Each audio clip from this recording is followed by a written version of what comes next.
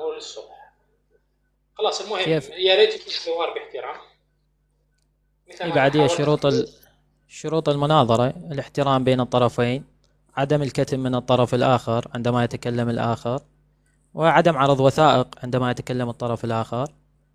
وبعد بقى انه يعاد الوقت بعد التنبيه، يعني اذا قاطعك تنبهني، اذا قاطعتك مرة اخرى تعيد الوقت. هاي الشروط المعروفة. والإساءة والألفاظ إذا يعني. اي. أنا إذا حصل تجاوز راح أنهي المناظرة، ما في تنبيه، راح أنهي المناظرة مباشرة. اي احنا أي عندنا بحث تجاوز. علمي، ما عندنا ألفاظ سوقية وشوارعية، بدون أي تجاوز لا، وبدون أي ألفاظ. مرات اللي يكون فيها شوي زعل وتزعل وتتحمس زيادة وتقول بلفظ راح ينهي المناظرة على فكرة. أنا هي اي طريقتي تقدر مثلا ما تنبه. انهيت المناظرة مباشرة، قلت لا أنا خلاص ما عليه، انتهت ما عليه المناظرة. بأي شخص. ما عليه بأي شخص، لا تذكر لي أسماء. بسألك سؤال يعني شخصي، يعني الزركوشي هو أخوك بنظرة البال، هو أخوك؟ إذا ما تريد اي تجاوب ما أخوي. تجاوب. اي أخوي. تمام. تمام تمام. أبدأ أنا بما أني أنا اللي طلبت المناظرة. يبدأ براحتك. يلا نبدأ الجولة، سكر هاي ونبدأ الجولة. نبدأ الجولة. سوي يا قبول. الله، الله صل. حبيبي شكرا شكرا. طيب، بسم الله الرحمن الرحيم، والصلاة والسلام على أشرف المرسلين سيدنا وحبيبنا محمد بن عبد الله وعلى آله وصحبه ومن والاه إلى يوم الدين. اللهم ارض على ساداتنا أبو بكر الصديق وعمر الفاروق وعثمان ذي النورين وعلي الحيدر ومعاوية خير المؤمنين وأفضل من حكم المسلمين وكاتب الوحي الأمين وعلى زوجاته الميامين، خاصة بالذكر السيدة عائشة وحفصة والباقين، آمين يا رب العالمين. حيا الله إخواني أهل السنة والجماعة، رفع الله من مقامكم. حيا الله الشيخ أبو الفضل الزركوشي، حيا الله متابعينا الشيعة المحترمين. المناظرة إن شاء الله يا إخوان بارك الله فيكم في موضوع رزية الخميس. أنا الذي طلبت من أبو فضل المناظرة، يعني لذلك أنا بديت أولا. يا إخوة الذي تسألون ليش تبدأ أولا، هذه مشكلة. رزية الخميس هي مصيبة. أولا، ما معنى الرزية؟ هي مصيبة في اللغة العربية، وهذا مفروغ منه. سواء إذا دخلت إلى كتب المعاجم ستجد أن الرزية بمعنى المصيبة. ما هي المصيبة؟ المصيبة هي مرض النبي عليه الصلاة والسلام، مرضا شديدا مثل ما ذكرت الروايات، مرض 3 رجال يغمى عليه ويستفيق ويغمى عليه ويستفيق ويغمى عليه ويستفيق. وذكر هذه الروايات العديد من المصادر، سواء من الكتب الشيعية عفوا من الكتب السنية، وما أعرف إذا هي موجودة عند الكتب الشيعية. الآن أبو الفضل راح يبين لنا هل هو أصلا يعتقد برزية الخميس. أما بالنسبة للرواية الموجودة عندنا، موجودة في صحيح البخاري مثلا، راح أقرأ لكم هذه الرواية بعد السند. يقول لك ما في داعي أقرأ لكم السند. قال ابن عباس يوم الخميس ما يوم الخميس استدى برسول الله وجعه فقال أتوني أكتب لكم كتابا لن تضلوا بعده أبدا، فتنازعوا ولا ينبغي عند نبي التنازع، فقالوا ما شأنه أهجر استفهام، فذهبوا يردون عليه. قال دعوني فالذي أنا فيه خيرا مما تدعونني إليه. وأوصاهم بثلاثة، قال أخرج المشركين من جزيرة العرب وأجيز الوفد بنحو ما كنت أجيزه. وسكت عن الثالث أو قال فنسيته. الذي قال فنسيتها ليس رسول الله، وأن بارك الله فيكم إلى آخره. إحنا كيف نشرح هذه الرواية؟ لابد أن نشرحها مثل ما شرحها علماء أهل السنة والجماعة. ما راح أضع فكري أو فهمي نهائيا، ما أشرح الروايات الشيعية بالمفهوم السني، وأبو فضل ما راح يشرح الروايات السنية بالمفهوم الشيعي، هذا مفروغ منه. المفهوم السني إيش هي؟ كأنه هنالك رجلين مرض أبوهما، رجلين مرض أبوهما. الأول يقول نقدم الكتاب لكي يكتب لنا على مسألة الوراثة مثلا، والشخص الثاني يقول أبونا مريض خشية عليه دعه، هو لا يعلم الغيب، ما راح يعرف أن أبوه راح يموت ولا ما راح يموت. كيف؟ قال دعوه. الأب في هذه المسألة وافق مين؟ وافق ولم يكتب الكتاب. نحن كأهل السنة والجماعة لم يكتب الكتاب. لماذا لم يكتب الكتاب؟ هل هو من الدين يا حمزة؟ لا، ليس من الدين، بل هو الاجتهاد. لأنه لو كان من الدين لا كان كتبه النبي عليه الصلاة والسلام. الله عز وجل قال له بلغ ما أنزل إليك. لأنه إذا النبي ما كتب هذا الكتاب شنو فائدة هذا النبي أصلا؟ إذا الله عز وجل يأمر نبيه أن يكتب شيء والنبي لا يكتبه، هذا مو نبي، هذا ما تمم الرسالة، هذا ما تمم النعمة، هذا ليس من الدين، بل هو اجتهاد منه، مثل ما قال شيخ الإسلام ابن تيمية رحمه الله، فاجتهد في هذه المسألة ورأى أنه هذا الكتاب لم تعد له فائدة وتراجع عن كتابته. هذا كتاب قول شيخ الإسلام ابن تيمية رحمه الله. أنا ما راح أطرح أسئلة في المداخلة الأولى، لأنه في المداخلات الأولى فقط شرح للمعتقد أو شرح للمفهوم. أتمنى من الشيخ أبو الفضل أن يشرح لنا معتقده في رزية الخميس. أعرف أن رزية الخميس عندي حجة دائما. أنا لما أناظر السنة الشيعة يقول لي هي حجة عليك، والله حجة علي، رزية الخميس أنا أعتقد أنها صحيحة، وهذه من فضائل الصحابة وعلى رأسهم عمر رضي الله عنه وارضاه. أنا أضعها من فضائل سيدنا عمر. أتمنى من الشيعة أن يبين معتقده في رزية الخميس، هل يعتقد برزية الخميس؟ وهل اعتقاده مبني من الكتب السنية أم من الكتب الشيعية؟ أكيد راح يكون من الكتب الشيعية.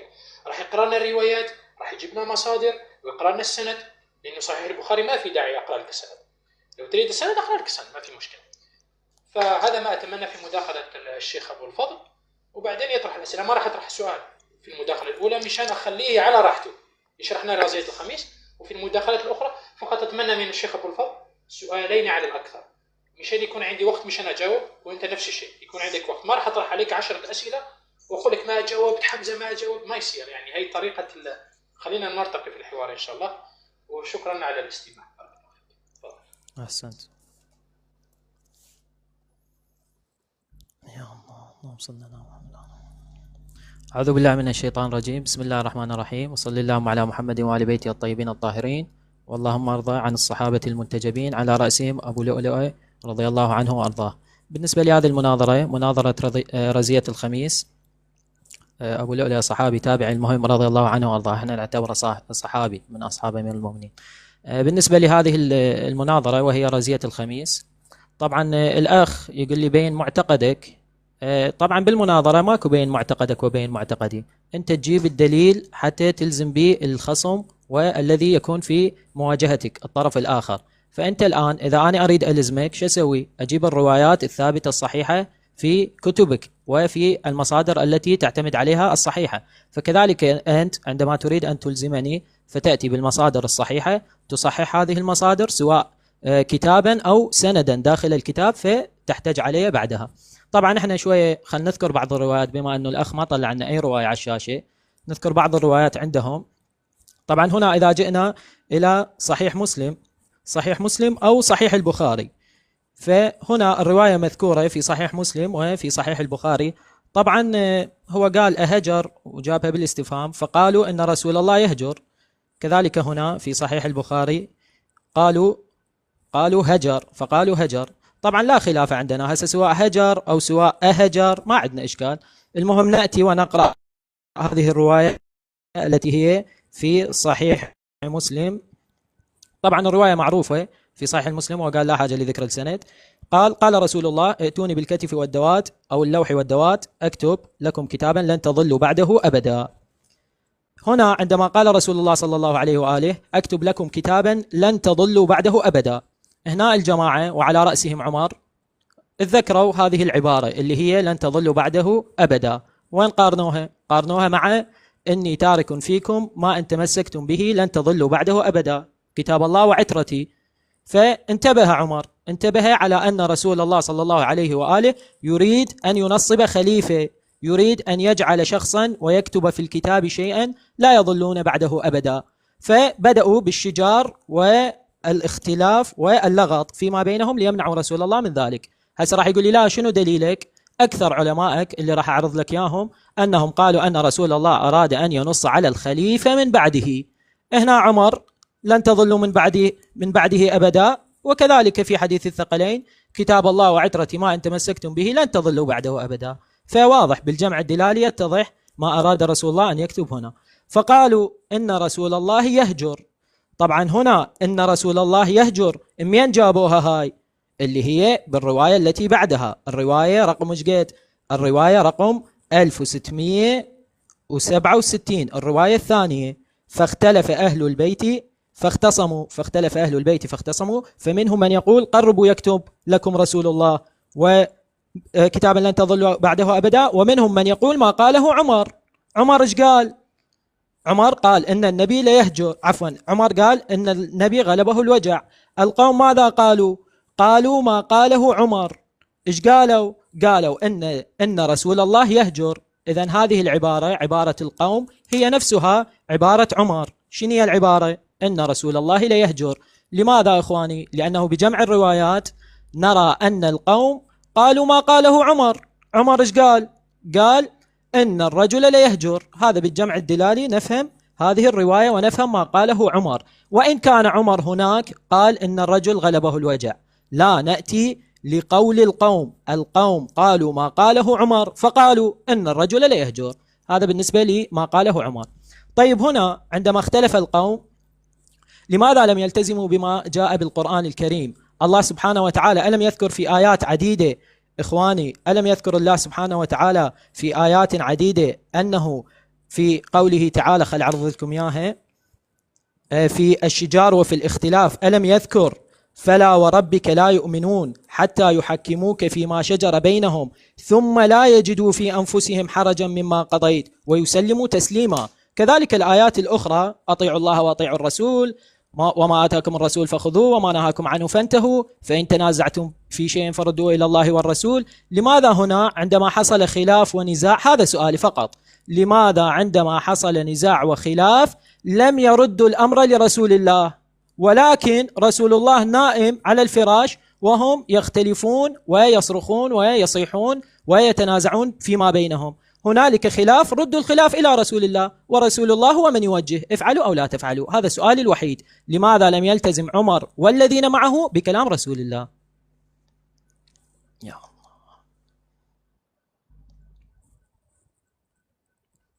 تلغي جولة النصر، الغيها ودز.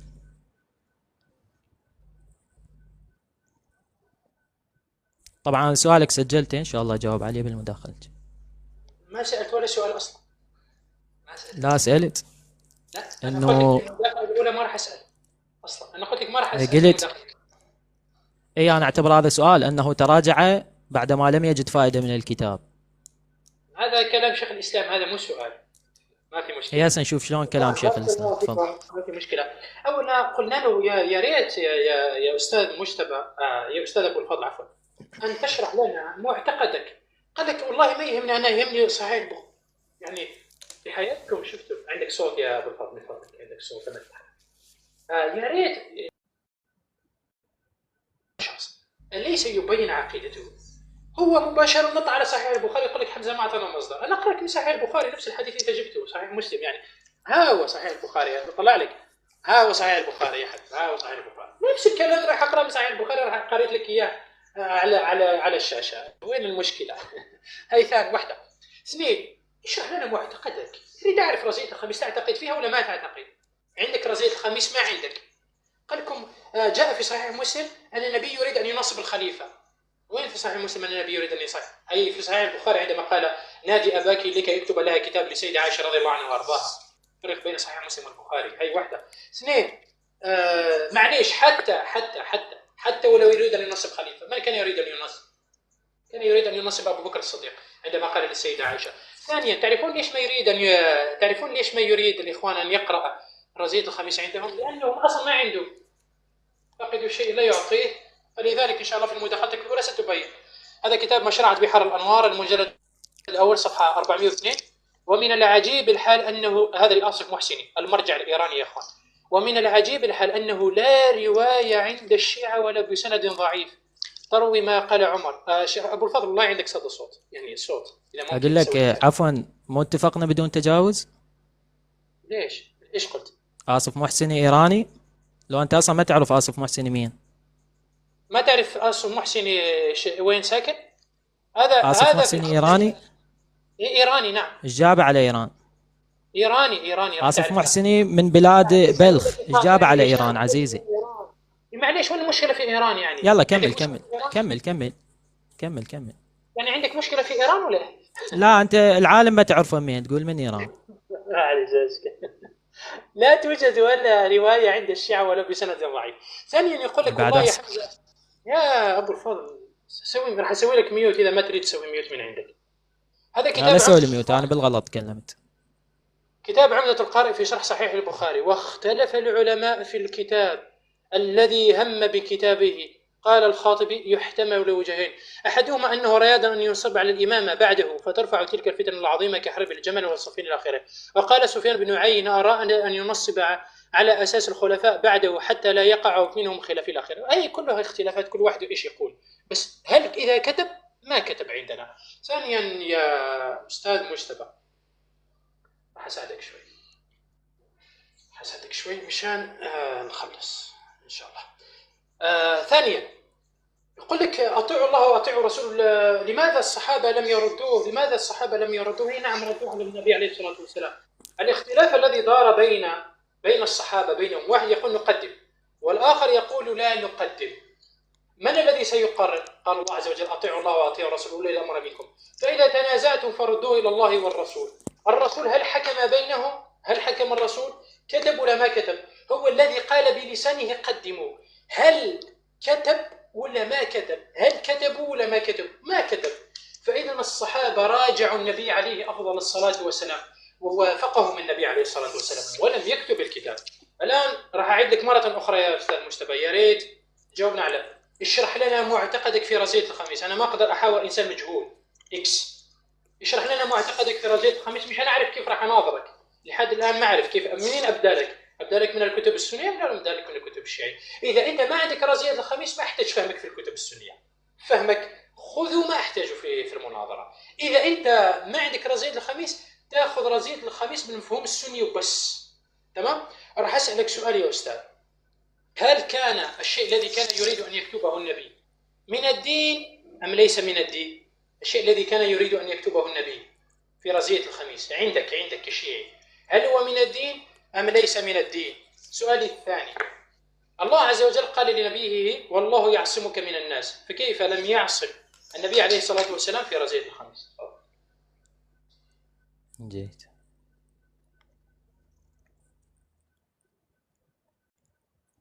ترسيل.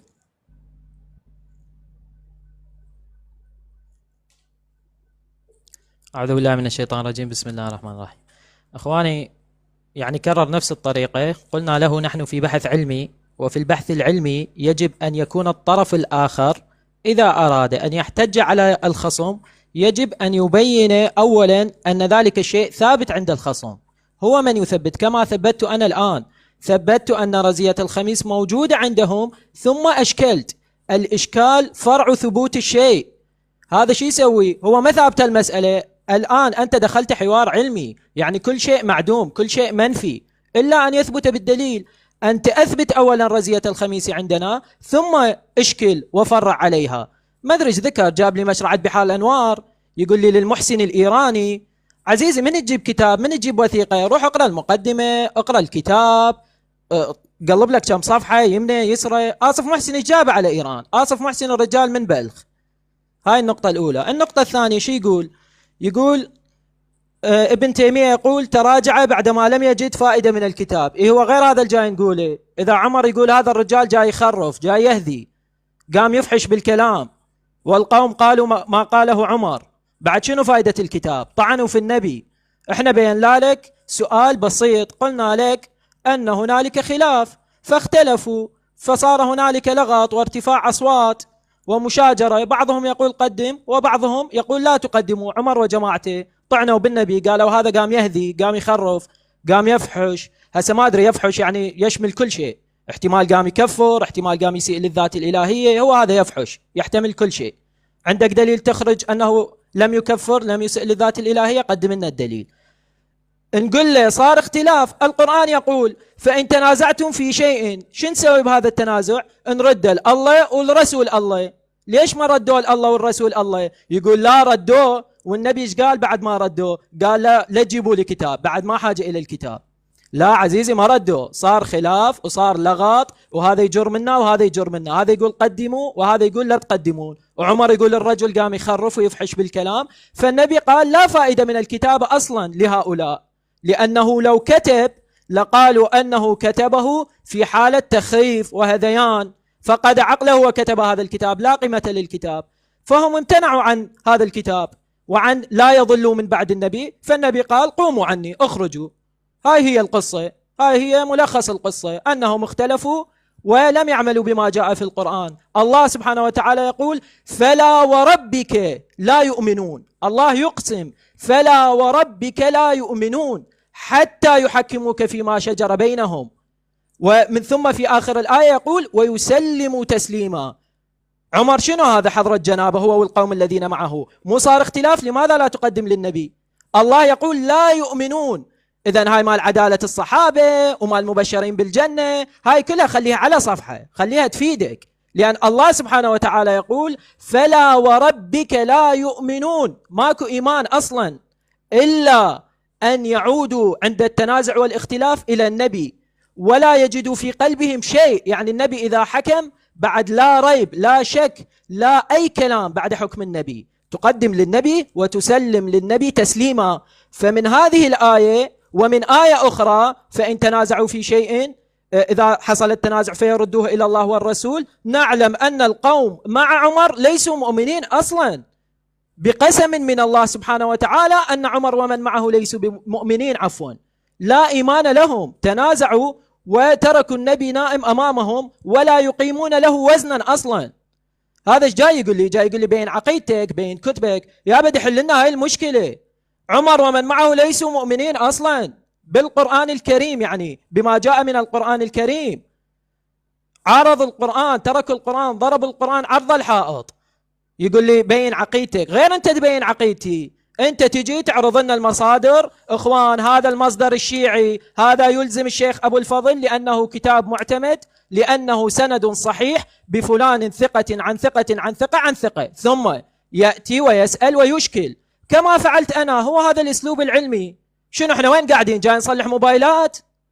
تبين الدليل الملزم للخصم ثم تشكل وتفرع على ذلك. يقول لي أنت بين عقيدتك، لا والله كما فعلت تفعل. حينها أجيبك على سؤال، تبين الدليل الملزم إلي ثم تسأل. راح ما أدري إيش جاب مشرعة بحار الأنوار، قرأ له نص منها ملون نص منها، وبحار الأنوار محسن يقول لي إيراني ما أدري شنو يريد يلزمني بهذا الدليل. عزيزي بين لنا الدليل الصحيح حتى يحق لك السؤال، وأنا يحق لي السؤال ما دام بينت الدليل الصحيح من صحيح مسلم. قبل ما أبدأ، عندك رزية الخميس ولا ما عندك رزية الخميس؟ كل شيء منفي حاليا إلى أن يثبت بدليل. خلاص أنا هذا البحث العلمي. أنا أقول ما عندك رزية الخميس، أنت عندك ولا ما عندك؟ أنت ما عندك دليل تثبت به؟ أنا عندي أنت ما عندك رزية لا الخميس. ابدأ وقتك واسألني. ابدأ وقتك واسألني. إخوان أقسم بالله شنو هذا المحاولات؟ جاوب على الإشكالات. يا أخي جاوب على الإشكالات. الجدد اللي يساعدون في البثوث. لا بدون تجاوز رجاء، واحنا نريد ان نبقى محترمين واخوه في الحوار ونستفيد منك وتستفيد من عندنا ان شاء الله بدون تجاوز. ما تجاوزت انا. لا تقول شنو هاي المحاورين الجدد، ترى انا ما اقدر اتجاوز عليك ويخرب الحوار، فكمل الحوار بادب واخلاق. بارك الله فيك، بدات المداخله حتى 100 من عمك. يلا يا اخوان انتم شفتوا في حياتكم واحد تناظرونه تقول بين عقيدتك في رزية الخميس، يقول لك انت بين. انا ابين عقيدتك، انت ما عندك عقيده اصلا. ما عندك رزية الخميس، ما عندك رزية الخميس. بس ليش تتجاوز يا ابني؟ ليش تخلينا نتجاوز عليك؟ شنو ما عندك عقيده؟ رزية الخميس ما عندك عقيده في رزية الخميس. قول ما عندك الحادثه، مو تقول ما عندك عقيده. ما عندك عقيده في رزية الخميس، عندك ولا ما عندك؟ حديقه شنو؟ حديقه عندنا بالبيت. عقيده. قول ما عندك الحادثه. انت اثبت كما اثبت انا. ما عندك، انا اقول لك ما عندك، ايش اثبت لك؟ ما عندك رزية خميس. اي رد على اشكالاتي تفضل. معليش يعني ما عندك رزية خميس صح؟ كل شيء عدم الى ان يثبت بدليل. يا اخي اقسم بالله هذول لا حول. اسئلتي شو وقت تجاوبها؟ يابا ما عندك رزية خميس، خلاص ما عندك. يقول اي هسه انت تجاوب على دينك. تجاوب على دينك بعدين تعال عليك.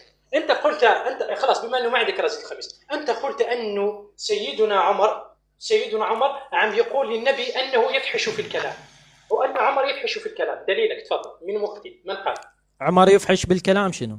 نعم قلت ان عمر يفحش في الكلام، هذا كتبت لك. اي لا تدبوا على القصاصات حتى تعرف شو اقول. قلت عمر يقول ان النبي يفحش بالكلام وصار يهدي.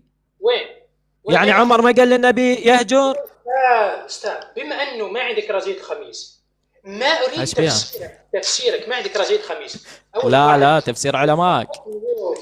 لا بشر فيها المحاورة. انت تسالني يابا ايش اسالك؟ انا اقول لك اعطيني عقيدتك ما عندك، يقول لك انت اثبت لي. شفتوا في اخوان، شفتوا في حياتكم واحد يناظر في الامامه مثلا؟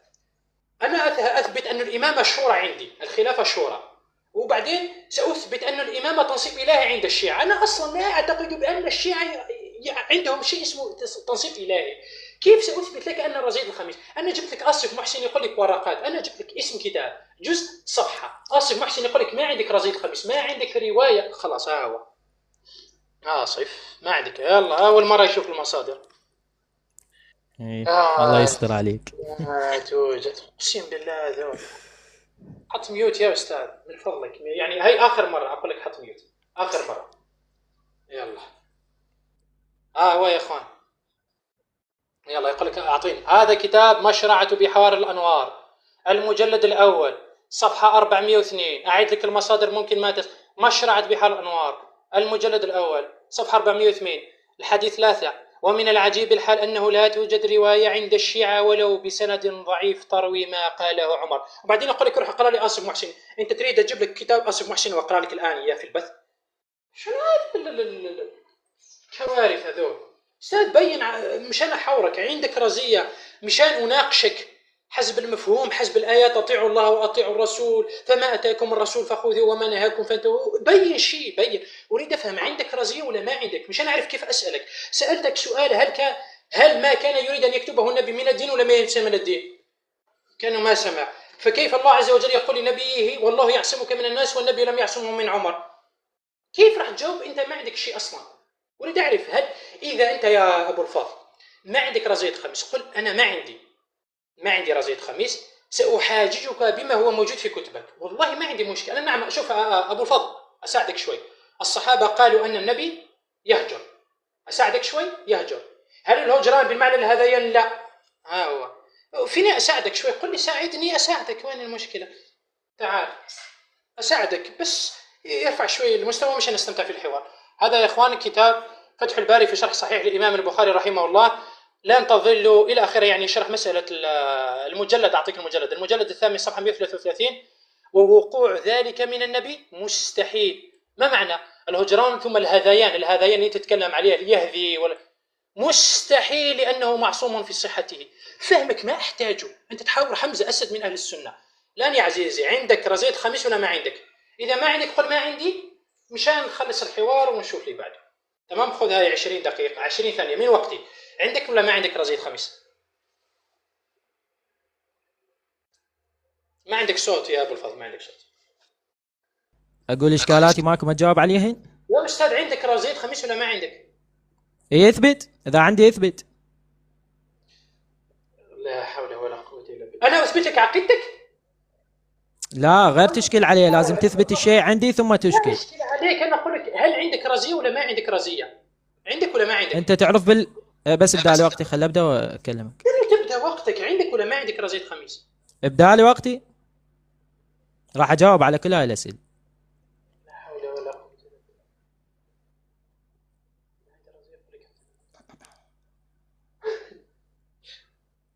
يا الله، أعوذ بالله من الشيطان الرجيم، بسم الله الرحمن الرحيم. طبعا يقول لي عندك رزية الخميس بحديقتك، ما أدري يزرعوها رزية الخميس، ما أدري شنو. المهم الظاهر الأخ، يعني مع احترامي إليك وهذا مو تجاوز، يعني أنت ما عندك خبرة بالأساليب العلمية. الأسلوب العلمي يقول يجب أن تثبت الحادث عند الخصم ثم تشكل عليه. أنا الآن ما عندي أي شيء، لا عندي رزية خميس ولا عندي أي شيء ثابت، حتى النبي رسول الله ليس عندي ثابت، إلى أن يثبت ثم تشكل. هذا الحوار العلمي، نأتي صفر اليدين، بحث علمي هو. وثاني شيء يقول لي لا تلزمني بكلامك أن النبي يهجر ويهذي ويفحش في الكلام. هاي علماءك جاي يقولون هذا الكلام، احنا نجاوب على أسئلتك، ما عندنا شيء، نظل نطقطق بأسئلتك ذني التعبانة. هنا أخواني إذا جئنا إلى كتاب النهاية في غريب الحديث لابن الأثير، كتاب المعروف، يقول والاسم الهجر بالضم، وهجر يهجر هجرا، هجر يهجر هجرا إذا خلط في كلامه وإذا هذا. ثم هنا عندما ينتقل يقول أن هذا كلام النبي إخبار، طبعا راح نبين سواء كان إخبار، استفهام، هي إساءة للنبي واتهام للنبي وجعل النبي بلا قيمة وبلا فائدة. يقول ولا يجعل إخبارا، يعني شنو؟ أنه قال أن النبي لا يهجر، أنه لا يهجر، فيقول فيكون إما من الفحش أو الهذيان. الفحش يعني نبي قام استغفر الله، قام يكفر وقام يسب حتى الذات الإلهية. هذا كتاب السنة للخلال إخواني بتحقيق الدكتور عطية الزهراني. هنا أيضا يذكر في الهامش يقول أي هذا يقال هجر يهجر هجرا، أي إذا هذا. هاي علماء كلهم. هذا المحقق فؤاد عبد الباقي يقول لي أن المعنى هجر هذا. فلا تعبنا بهاي السالفة مال أنت لا تفسر كلام علمائي وأنا أفسر كلام علمائك، أنا أطلع لك علمائك. هنا إخواني في الفائق في غريب الحديث لجار الله الزمخشري ينقل هذه الحادثة، هاي بتفسير علمائك. يقول هجر، قال صلى الله عليه ائتوني أكتب لكم، إلى أن قالوا ما شأنه أهجر، يقول هجر يهجر هجرا، إذا هذا وأهجر أفحش، النبي قام يفحش بالكلام. فرجاء لا تعبنا جاوبنا على هاي أسئلتنا. لماذا عندما حصل خلاف وشجار بالبيت لم يعودوا إلى كتاب الله عز وجل حين قال فلا وربك لا يؤمنون حتى يحكموك فيما شجر بينهم ثم لا يجدوا في أنفسهم حرجا مما قضيت ويسلموا تسليما؟ لماذا تركوا النبي نائما وراحوا يتشاجرون، وأحدهم يقول قربوا، وأحدهم يقول أن الرجل لا يهدي ويفحش في الكلام ويهجر ولا تقربوا الكتاب؟ لماذا لم يرجع إلى رسول الله صلى الله عليه وآله وهو الذي يحكم بينهم؟ إذن عمر ومن معه ومن تنازع ليسوا من المسلمين، لأن الله أقسم أنهم ليسوا من المؤمنين المسلمين. رد لي على هذا التساؤل رجاء، مو كل ساعة تقول لي عندك بكتبك أو ما عندك. قلت لك كل شيء ما عندي إلى أن يثبت بدليل، ما عندي أي حادثة ثابتة، هو هذا بحث علمي. الطرف الآخر يأتي بالحادثة الملزمة للخصم ثم يحتج عليه كما فعلت أنا، اللي هو هذا الاحتجاج الصحيح. إخواني ماذا يقول؟ يقول هل هذا كان من الدين أو لم يكن من الدين؟ يريد يلعب لي هذه اللعبة، إذا لم يكن من الدين فلا حاجة له، وإذا كان من الدين فإن الله قد أتم دينه. إخواني هنا إذا جئنا إلى الصواعق لابن حجر الهيتمي، هنا يذكر حادثة التمسك. يقول ثم أعلم أن لحديث التمسك بذلك طرقا عديدة. ثم ماذا يقول ولا تنافي، يقول أن النبي قام عدة مرات ينبههم على ذلك. يقول ولا تنافي إذ لا مانع من أنه كرر عليهم. لماذا الرسول يكرر عليهم هنا في رزية الخميس ويقول ائتوني بكتاب أكتب لكم ما لن تضلوا بعده أبدا؟ يقول لا مانع من التكرار. لماذا في تلك المواطن وغيرها النبي أيضا كرر ائتوني أكتب لكم ما لم تضلوا بعده أبدا، اهتماما بشأن الكتاب العزيز والعترة الطاهرة. إذن هذه هي الفائدة هي الاهتمام وإعادة التأكيد عليهم كي لا يأتي شخص ويؤول. رسول الله أراد أن يكتب لهم كتابا حتى لا يتصرف متصرف برأيه ويؤول ذلك الكلام ويغيره ويحرفه، لا، بعد نص مكتوب بخط رسول الله، فله الفائدة. هسه سؤالنا اللي نعيده 100 مرة،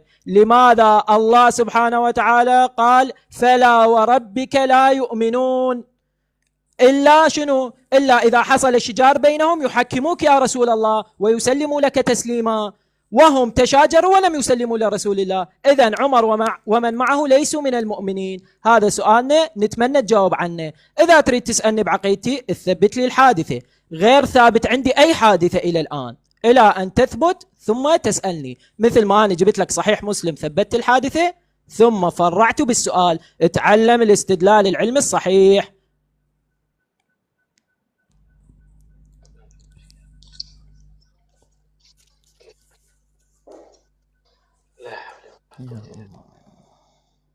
سوي قبول. وش راح تحكي؟ يوم راح تقول لي ثابته عندك لو ما ثابت؟ يا بثبتها كل شيء ما ثابت عندي. هذا سوي قبول. انا ما قلت لك ثبته، صار يشوف فقط ثبته خلاص. ما قلت لك ما ثبته، ما تكلمت، انا اقول لك سوي قبول. معليش والله جاي نبك باح هذا عبال احنا مثله مطفين. حط ميوت. اولا يا اخوان، يعني من العجب والعجاب انه خلاص ما راح نقول مشان ما يزعل.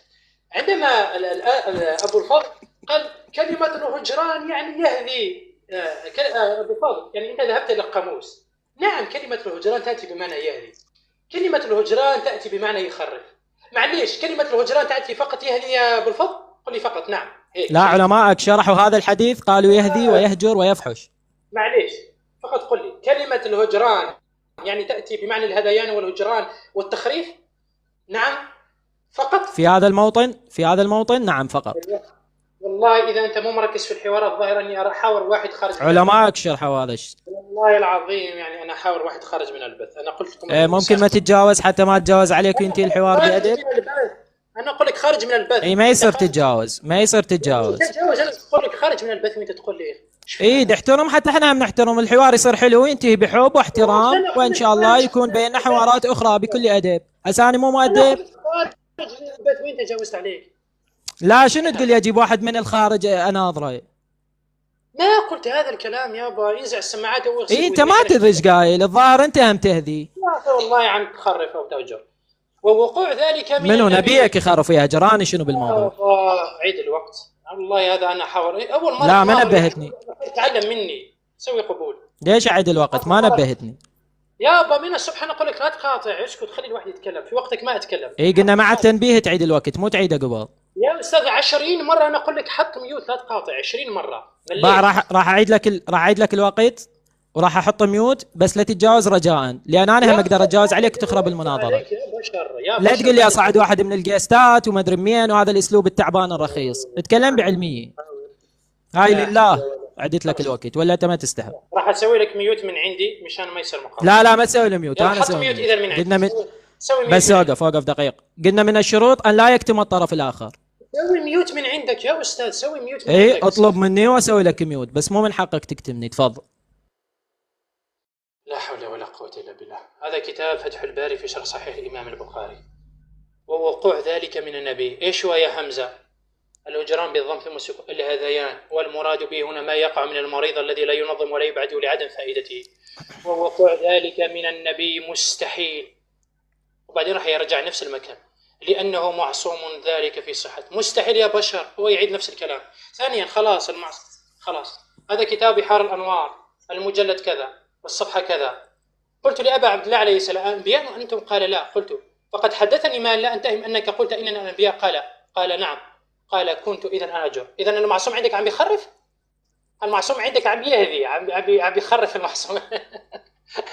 كلمة الهجران يا عزيزي تأتي بمواضع عديدة، تأتي بمعنى الترك مثل ما قال الله عز وجل فالرجس فاهجر، أي بمعنى فالرجس فاترك. فهمت كيف؟ مستحيل أن يقع على الأنبياء. هي واحد. اثنين، سألناه سؤال هل ما كان من النبي؟ يقول لك يكرر. أنا ما سألتك هل كان يكرر ولا ما كان يكرر. سؤالي هو هل ما كان يريد أن يكتبه من الدين أم ليس من الدين؟ أنا ما قلت لك كان يكرر ولا ما يكرر، كان يريد أن يكتب الخلافة ولا ما يكتب. سؤالي هل هو من الدين أم ليس من الدين؟ سألتك سؤال ثاني، فكيف الله عز وجل لم يعصم نبيه من عمر والصحابة والله عز وجل قال والله يعصمك من الناس؟ فقط أبو الفضل قل لي فقط. الآن الصحابة عندما رفضهم النبي أو تعارضوا إلى آخره، هل هل المعارضة التي حصلت بين الصحابة جائزة ولا ليست جائزة؟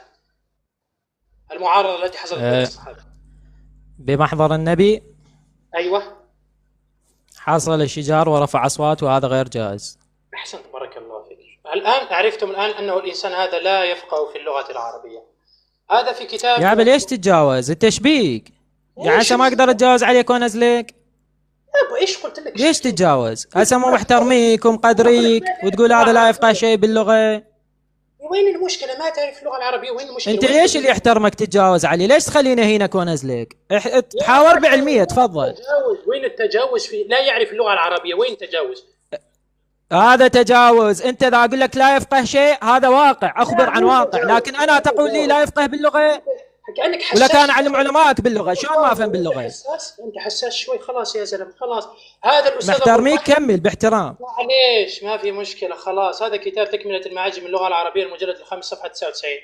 المعارضه تاتي بمعنى المراجعه. المعارضه تاتي بمعنى المراجعه. هي واحد. انا اقول لك ما تعرف الشيء، هي مو عيب. خلاص يا زلمه نعتذر.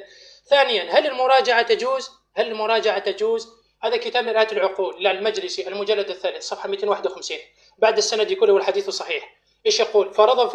فرفض ولاية أولي الأمر فلم يدروا ما هي، فأمر الله محمد صلى الله عليه وسلم أن يفسر لهم الولاية كما فسر إلى آخره، وتخوف أن يرتدوا من دينهم وأن يكذبوا فضاق صدره وراجع ربه.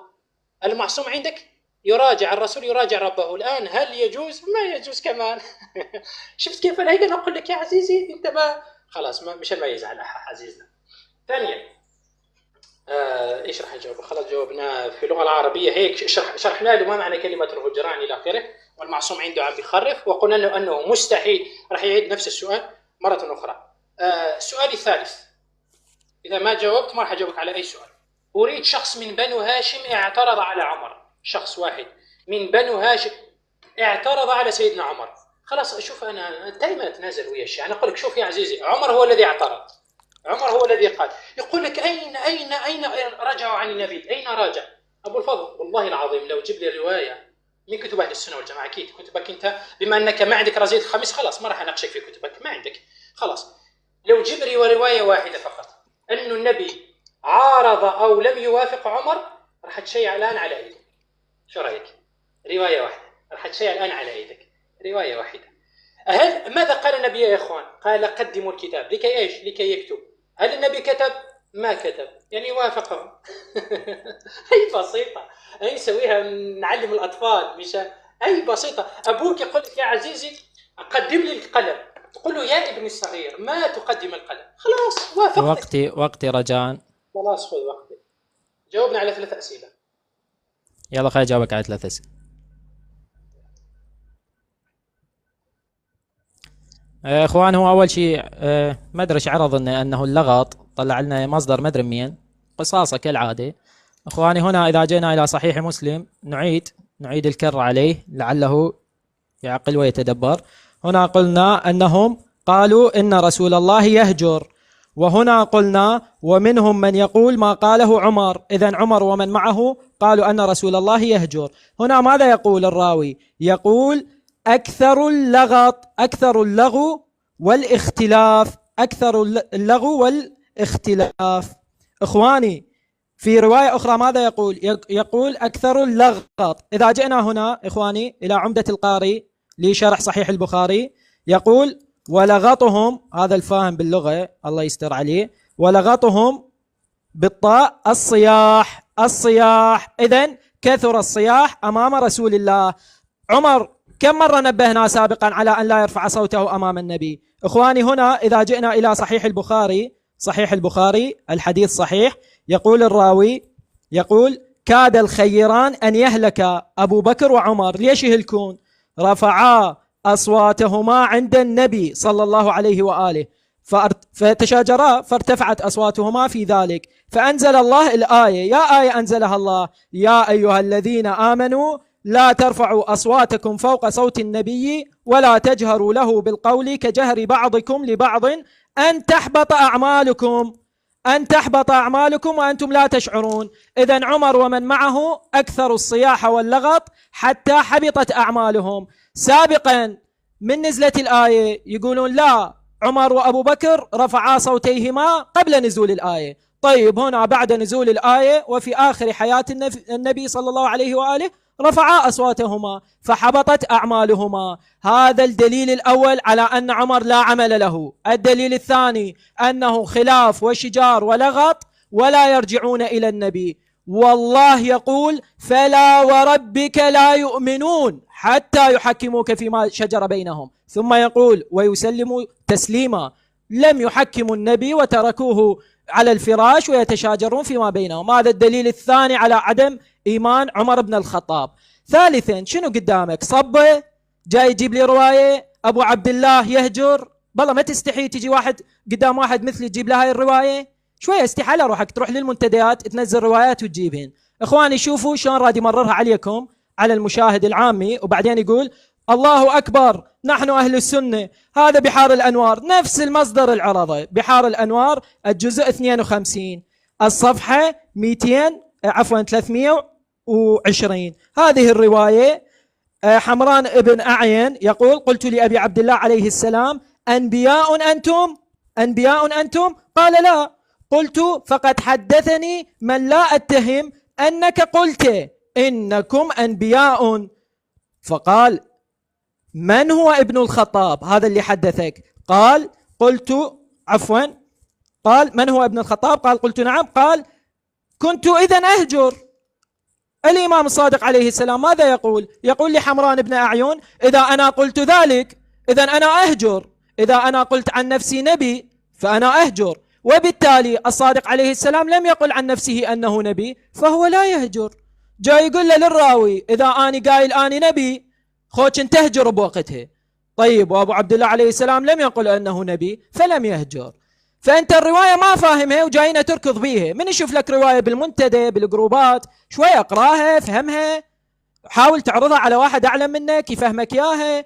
جايب الرواية ويركض عليه ومصدق هو. شاهدوا أبو عبد الله عليه السلام يهجر. هنا يا إخواني ماذا ذكر؟ ذكر أن عمر أو من معه قالوا مقالة عمر وهم قالوا أن النبي يهجر.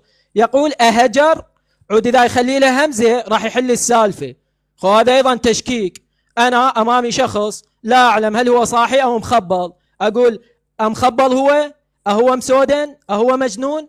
إيه شنو هذا؟ أنا أشك هل هو صاحي أو مجنون، فأستفهم. وفي حالة الشك من شك في النبي فهو كافر. هاي مصادرهم وعلماؤهم من يقولون أن من يشك بالنبي فهو كافر. هنا إخواني إذا جئنا إلى منهاج السنة لابن تيمية اللي مصدق قبل شوية جايب له قصاص عليه، يقول فلما كان يوم الخميس إلى أن يقول فخاف عمر أن يكون من هجر الحمى، ثم قال بعضهم قربوا الكتاب إلى أن يقول ماذا؟ إلى عفوا هذا المصدر اللي هو بعدين عرض هذا ماكو وقت. الإقناع في مسائل الإجماع يقول أو شك يتكلم عن النبي ومن يشك بالنبي. بس دقيقة مهلني 10 ثواني. يقول من شك في شيء منه في كلام النبي أو مات على ذلك، مات وهو يشك في كلام النبي، فإنه كافر مشرك مخلد في نار جهنم أبدا. فهنا إخواني عمر سواء قال هجر، بس ثواني، سواء قال هجر أو قال أيهجر فهو إما متيقن بأن النبي يخرف ويهذي ويفحش بالكلام، وإما أنه يشك، والشاك أو المتيقن كلاهما في نار جهنم. هذا الدليل الثالث على كفر عمر بن الخطاب. جاوبنا على سؤال واحد. خلاص يعني ما راح أجاوبك على نص سؤال فقط. إيش عندك حتى تجاوبه؟ بس قصاصات وتلزقهن. والله العظيم شلون روايتك هاي مال أبو عبد الله يهجر؟ فضحتنا بيها. طيب يا إخوان والله العظيم يعني هي من الطوائف ما في مشكلة. أولا الكلام الذي أتى به من الشك لو يقرأ من فوق ستعرف أنه يتكلم في مسألة النبوة ويتكلم في مسألة التوحيد إلى آخره. نعم هل النبي هنا يريد أن يكتب شيء من الدين؟ لا، أي شيء من الاجتهاد. شفت كيف القصاصة اللي أنت جبتها. ثانيا أنا كل ما جبنا مصدر يقول لي قصاصة، أنت مو مركز وياي. أنا أقرأ لك كتاب جزء صفحة، ايش فيك أنت؟ لا حول ولا قوة إلا بالله. يعني هي تعتبر أعتذر منكم يا إخواني السنة، أقسم بالله يا بشر بينا لكم هذا إيش اسمه يا إخوان؟ كتاب الشفا. الصفحة كم؟ يا شفا يا معود اقرأ اسم الكتاب والمصنف صحيح. خلاص أعيد الوقت يا أخي أقسم بالله. لا نبهني ما تعيد الوقت. يا أستاذ حط ميوت. دقيقة اسمعني، قلنا بعد التنبيه تعيد. تفضل يا أخي 20 مرة أقول لك لا تقاطعني، أجي ألعب وياك ولا أنت شفت؟ إيه بعد التنبيه عيد الوقت. مليت من الصبح أقول لك لا تفتح. مو أنت اسم الكتاب ما تقرأ صحيح، لهذا أقول جايب قصاصات. قاطع مرة أخرى راح أنزلك. إيش في هذا؟ إيه بكيفك هي تنزلني. يا أخوان شوفوا، وإنما الأصح والأولى أهجر على طريق الإنكار على ما قاله لا يكتب. ها هو الأصح عندنا، أهجر بصيغة الاستفهام. هذا الكتاب. ثانيا يقول لك جايب لي قصاصات، والله ما جايب لك، أنا أقرأ لك من المكتبة الشاملة. هذا كتاب يا عزيزي، إذا ما أنت ما تعرف هذا كتاب جزء صفحة، إذا ما تدون أنت عندك أنا شنو دخلني؟ إذا أنت مو مركز وموجود في بث آخر أنا شنو دخلني؟ مراجعة، إنذار، تحرير، معارضة، صفحة 99. إذا أنت مو مركز ويانا أنا شنو دخلني؟ ثانيا يقول لك والله يا حمزة أنت كلام البحار ما تفتهمه. ما في مشكلة إخوان، راح نساعد مجتبى. إخوان إحنا ما نفتهم الكلام. تعال مجتبى منه أنت ما تعرف منه جاي تناظر يا أستاذ. خلاص هذا ما يسكت هذا الزعطوط. خلاص شكرا يا أستاذ. كمل. وين لا ساكت.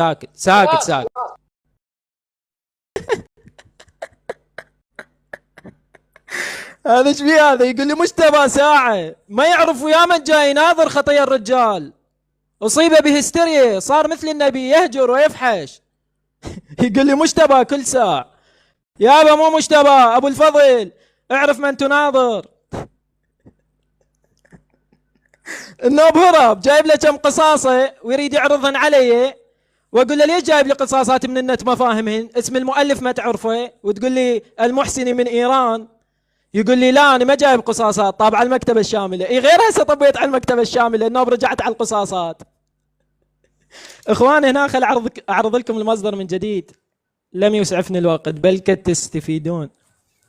هنا إخواني إذا جئنا والله مسخرة، إذا جئنا إلى منهاج السنة النبوية لابن تيمية، طبعا الوقت ما أسعفني أعرض المصدر. يقول: فلما كان يوم الخميس هم أن يكتب كتابا، فقال عمر: ما له أهجر؟ هو عبالة ذا استفهام يعني حلها. لا عزيزي، إذا أنت جاي تشوف النبي يخرف ويهذي فتقول ما له أيهذي أيهجر، تستنكر علي. عبالة يحلها ذا يقول استفهام، لا نفس الشيء. قال: ما له أهجر، فشك عمر. شك عمر. إخواني، إذا جئنا هنا للإقناع في مسائل الإجماع للقطان، يقول هو يقول اقرأ الكلام من البداية ستعرف عن ماذا يتكلم. يلا دخل نقرأ من البداية. قال: واتفقوا أن من آمن بالله تعالى وبرسوله وبكل ما أتى به مما نقل عنه، بكل ما نقل عنه نقل كافة، ولم يشك في التوحيد أو النبوة. ثم ماذا يقول؟ ولم يشك بحرف واحد أو في الشريعة أو مما نقله المؤمنون، ولم يجحد شيئا أو شك في شيء منه. يعني من يشك في شيء مما جاء عن النبي ومات على ذلك، يعني مات وهو يشك، فإنه كافر مشرك مخلد في نار جهنم. هنا ابن تيمية يقول أن عمر ما به عمر، فخاف وهنا فشك عمر هل هذا من قول